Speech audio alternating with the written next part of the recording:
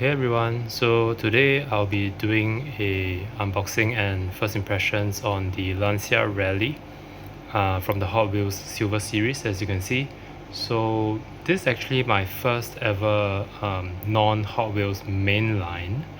um, I know it's kind of shocking, but yeah, so basically I have lots of Hot Wheels mainlines, and the rest of these are Matchbox mainlines as well as Tomica mainlines. So I do have some Tomica limited vintage in my collection. I have some mini GTs, I have Pop Race, and I do have Tomica premiums, Tomica limited vintage as well. But I would say overall I'm a pretty budget conscious collector, and I generally go for the more value for money, um, which are the main lines essentially. But today I actually looked at I saw this Silver Series rally races, and I was quite taken in by the way that this looks. um, there were the other cars in the same series. As you can see here, it is the Audi Quattro, you have the Honda S800 Racing, you have the Ford Escort, the Datsun, as well as this model that I have, which is the Lancia Rally. And I looked at the other models that were available on the shelves, um, on the packs for the Hot Wheels Silver Series. And the thing about it is that the price is slightly higher than a Hot Wheels mainline. um, However, the tempos is sometimes not as good as the Hot Wheels mainline, which is it doesn't justify why I have to pay a higher price for a non-mainline Hot Wheels, right? And I looked at the other cars in on the packs for the Silver Series, and basically the tempos were not well done. They are not as clear as the main line. So if you look at the main line, for example, the Tesla Model S set over here, the tempos are super clear. And this is the main line, right? It is the most affordable in the Hot Wheels lineup. Look at the tempos over here. It's amazingly clear, and this is the cheapest car available for Hot Wheels. And obviously I understand that it's a plastic base, but still I don't think like the material of the base is makes such a material difference to whether I enjoy the car or not. So honestly, I always felt that the Hot Wheels mainline was a great value. And yeah, and even like the Matchbox mainlines can't beat the tempo work. It's amazingly good, right? It's super clear, and for such an affordable price, really can't be beat, right? So this is a Ram truck from Matchbox. And even Tomica is slightly higher priced, right? Even for their main lines, slightly higher priced than a Hot Wheels or a Matchbox mainline. But as you can see, insert the headlights, super clean grille details, and the text over here is just amazingly sharp, right, for something that is so extremely tiny. So I think it's well worth the price. Most of them have suspension for Tomica, and that's also adds a fun factor, right? Although their wheels are very generic for Tomica.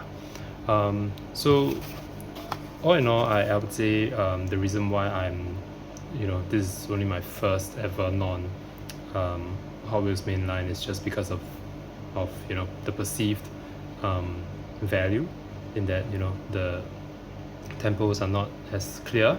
They have those rainbow pixelation patterns, and some of the logos you can't see the text at all, and that's what has been preventing me from actually upgrading to Hot Wheels Premium.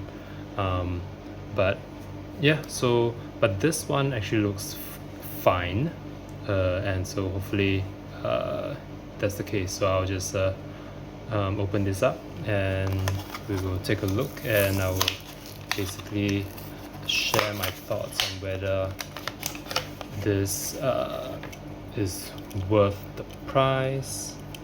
So first impressions, is a pretty dense casting, obviously because it has a metal body as well as a metal base, right? So there's definitely weight to it, and I guess that's essentially what you are paying for when you upgrade from a mainline Hot Wheels to a Silver Series. It's really that that heftiness and feels a little bit more premium. If you just compare a mainline to the Silver Series, definitely you can feel that there's a weight difference, right? So the one on my right, the Ford Super Truck, it's a mainline and it's much lighter. Even though obviously for a mainline this is extremely cool and extremely big casting, but it's lighter, right? So the metal base, it really makes a difference in terms of the weight. Although I would say if you compare it to Tomica has quite similar weight actually to the Hot Wheels, even though Tomica has a plastic base. So I'm not sure why there is a difference in the weight, but yeah, the Tomica actually rivals the Hot Wheels Silver Series in terms of the weight. I would say the Hot Wheels Silver Series feels a slight more premium compared to the Hot Wheels, to the Tomica mainline. So it does feel slightly more premium, even though the weight compared to the Tomica is kind of similar actually. Compared to a Matchbox, so again much heavier.